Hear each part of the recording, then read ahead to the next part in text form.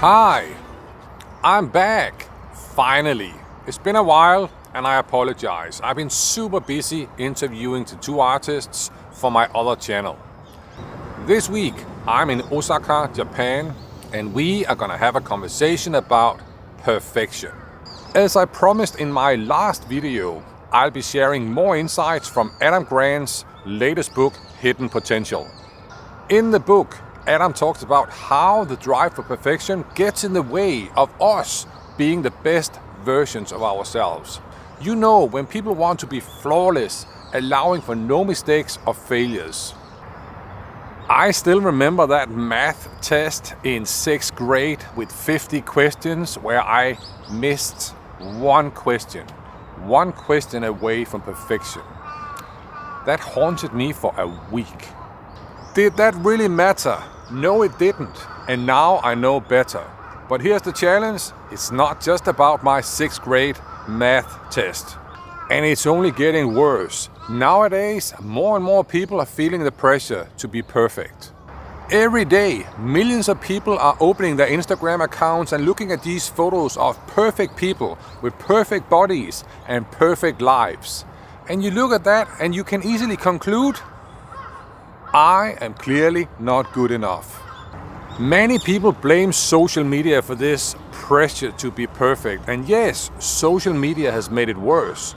But the truth is, this trend started back in the 1990s. In a more competitive world, kids face growing pressure from parents to be perfect. And it starts with school. Get those grades so you can get into the right school and eventually get the right job. And when they don't, they get criticized. And for many kids, that causes a huge amount of stress around that whole notion that I'm clearly not good enough.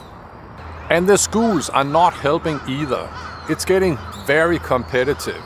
I have friends in Hong Kong who had to create a CV and a video of their little 3-year-old to qualify for an interview at a kindergarten. Yeah.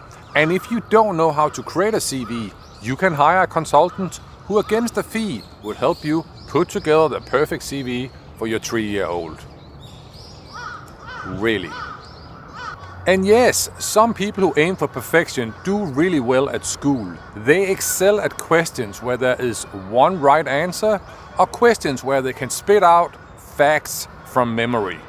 But here's the thing, the real world is much more complicated. And once you're out of school, being a perfectionist can actually harm you. And here is the good news. Many people who became masters in their fields were not perfect students. The ones who really changed the game did not have perfect grades in college.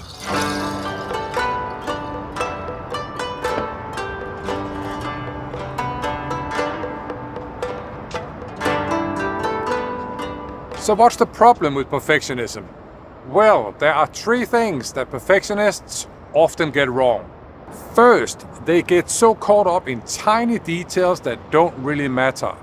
They miss the bigger picture, like not seeing the forest because they are staring at the trees. Second, perfectionists are afraid of trying new things or doing stuff that is hard and might lead to mistakes. They prefer to stick to what they know instead of taking risks and learning something new. But you know what? Real growth happens when we step out of our comfort zone. Lastly, perfectionists beat themselves up for making mistakes.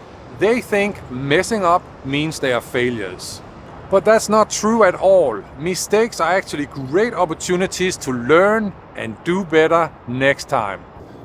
So why am I talking to you about perfection while I'm in Japan? Because the Japanese realized the challenge with perfection some 500 years ago. The Japanese decided to make a dramatic change to the traditional tea ceremony. Perfect dishes were replaced by chipped bowls, and people started drinking from worn and weathered pottery. The Japanese called this principle wabi-sabi.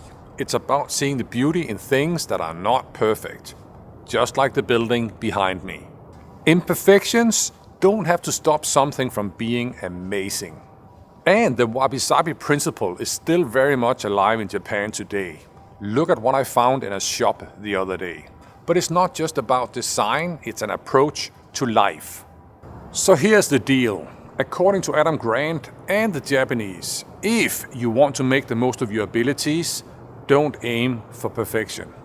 Instead, adopt a wabi-sabi mindset. So when you look in the mirror, it might not be perfect, but it's bloody amazing. I think it's time to say goodbye and thank you to Japan. But wishing you all a fantastic 2024. My name is still Tomas Bay, and until next time, make things better and make better things. Boom!